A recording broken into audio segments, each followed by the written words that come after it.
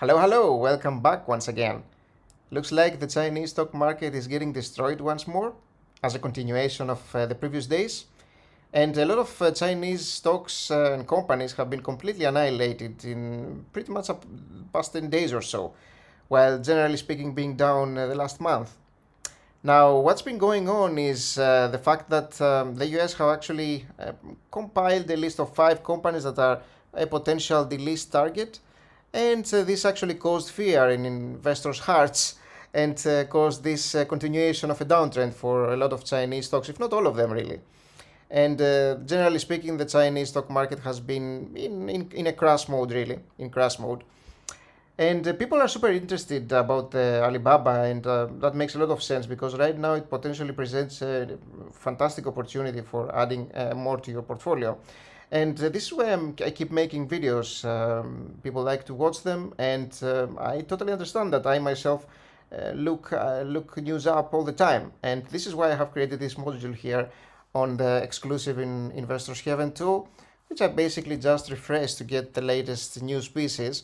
And right now, as I was looking for news of today, I found some couple of articles that are very interesting, and I wanted to talk to you about. And the first thing that I wanted to stress here is that, and I have talked about it in multiple other videos, fear is a very powerful thing, and the stock market is generally governed by fear and greed. This is why you can even find the fear index, in fear and greed index online if you look it up. But fear is a much more powerful feeling than greed. And so whenever there is fear, and this is what happens, stocks tend to go down in very quickly.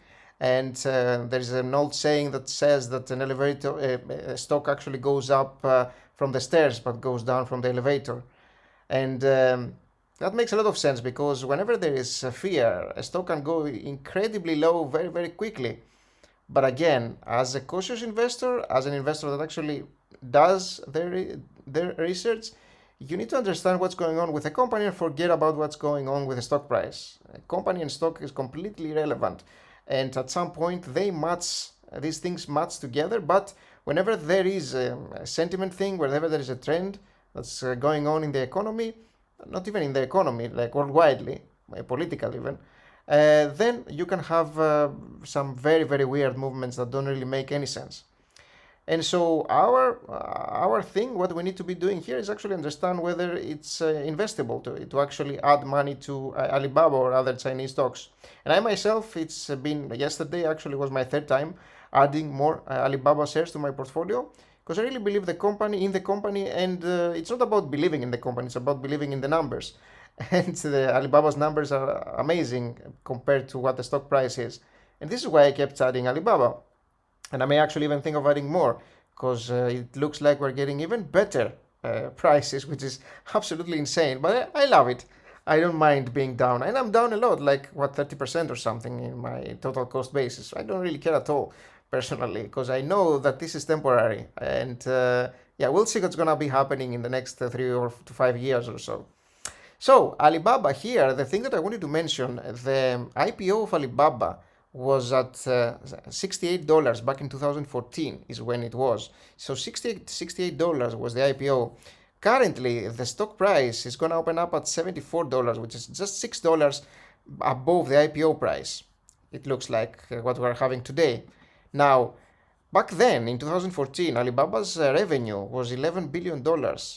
You know how much is now? It's actually $128 billion in 2021.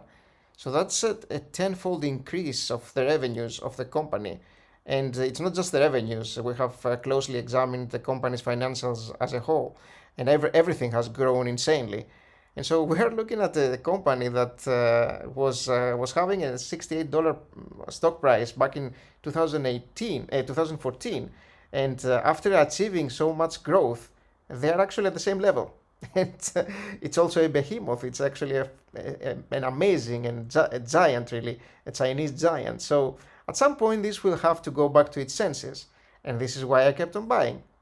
Now, other things that I wanted to mention here, very interesting things. Look at the book value per share here. This is very interesting, and the tangible book value. per share.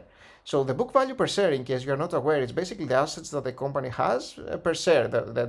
They are divided by the outstanding shares in order to get the book value that can be attributed to a single share. And the tangible book value per share is the same thing, but it's about tangible assets, because assets can also be intangibles. Like for instance, you can have goodwill, which is an intangible asset, but in the tangible to book value per share, this is excluded. And you will see that the book value per share, which again includes the goodwill, is $57 right now per share, and the Baba's share price is 74 right now. So we are sitting at 1.3, 1.2, 1.2 to 1.3 of a book value per share here, of a book value per one share of ownership, which is absolutely insane. Again, for a tech company that's so valuable and grows tremendously well, it's extremely cheap. We're approaching we're approaching a price where we're just paying for the assets that the company has. And the tangible book value, which is basically just the assets without any goodwill and all that, it's $37, almost $38, which is about half of what the current stock price is. So we're looking at very, very low values here, very low values. So what's next in terms of news pieces? Why Alibaba and NIO are seeing high interest from retail investors today? And I've actually made videos about NIO earlier in the year, and also like 10 days ago or so, even it must have been even less than that, where I was talking about NIO and I wanted to get a better price on it. And if it approached near $10, I would revisit. And this is on my list because right now it's getting crushed as well. It's down like 12%, I believe, today. And at some point, as you can see, it closed 12% lower at $14, and it may actually be even less today. So I may actually revisit it in a separate video because this is extremely, extremely interesting right now. And the other thing that I wanted to point out here is Kevin O'Leary, which you may like or dislike, but it's not about Kevin O'Leary. And I'm not mentioning Kevin O'Leary just because he is Kevin O'Leary. Because, okay, again, it's just an investor, and they do have a lot of people that are working for them and the analysts that really know what's going on in the back end. But the important thing about this dude is that he's very free cash flow intense. So he loves his free cash flow, and he's notorious for liking undervalued stocks and undervalued companies. He really, really likes undervalued stuff, which makes a lot of sense. And so he bought Alibaba, Tencent, and Meituan stock here. And this is a company that I may need to visit as well because I haven't. And it looks interesting. I may actually make a video about it later. But JP Morgan analyst, and this is where it all happened, again with the inclusion of the US notice, of course. Alex Yao downgraded Alibaba from an overweight rating to an underweight rating, and a price target from 180 to 65. It's absolutely insane for a company that still makes tons of money. So he says that we believe Alibaba is one of the most widely owned stocks within the China internet sector, but will continue to face selling pressure. And that could be the case. It may face some selling pressure, but how does that actually warrant downgrading the company because of that? Doesn't make a lot of sense, does it? And Kevin O'Leary mentioned at some point that to get Alibaba down 7% in 1 hour, that's hard to do. It's a very large market cap stock. That does have some truth, that does hold some truth, but generally speaking, the most important thing is actually the amount of shares and not so much the market value of the company. And generally speaking, when you have a company that has a lot of shares, it's tough to get it down that much, that's for sure, but it happens. It can happen multiple times, really. And so you can see that some people start accumulating here, some of the well-known guys, and we have talked about Charlie Munger in the past, of course, some months ago. But nobody knows if he's buying at the bottom here. Even himself wouldn't know that. But the current price is just so low that it doesn't make sense not buying, really. And this is why I kept buying myself. And basically that's what I wanted to update you with in this video, just to give you a heads up on what's been going on with Alibaba right now. I understand that a lot of you may be scared. I myself have witnessed these kinds of situations multiple times during the many years that I have been investing in the stock market. They don't really faze me that much. I mean, I understand it, and the thing is, as long as I'm getting a company that's making tons of cash, I don't care what's going on politically for a while. I mean, that these things get resolved eventually.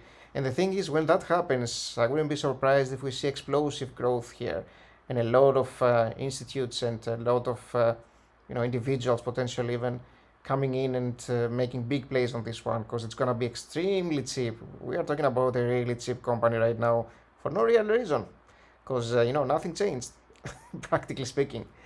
So anyway, I hope you enjoyed the video, and if you're new here, please subscribe if you're not a subscriber, and please leave a like as well. That really helps, and I'd love to see you around. And thank you for watching this one. And in case you enjoyed this video, take a look at this one that I made earlier, actually yesterday, and I was talking about Alibaba again, pointing to some different things that are also very, very interesting and can actually give you some potentially interesting ideas about Alibaba, holding it or even buying it if you are not actually an owner already. Thank you for watching this one again. Stay safe, and I'll see you soon. Bye bye.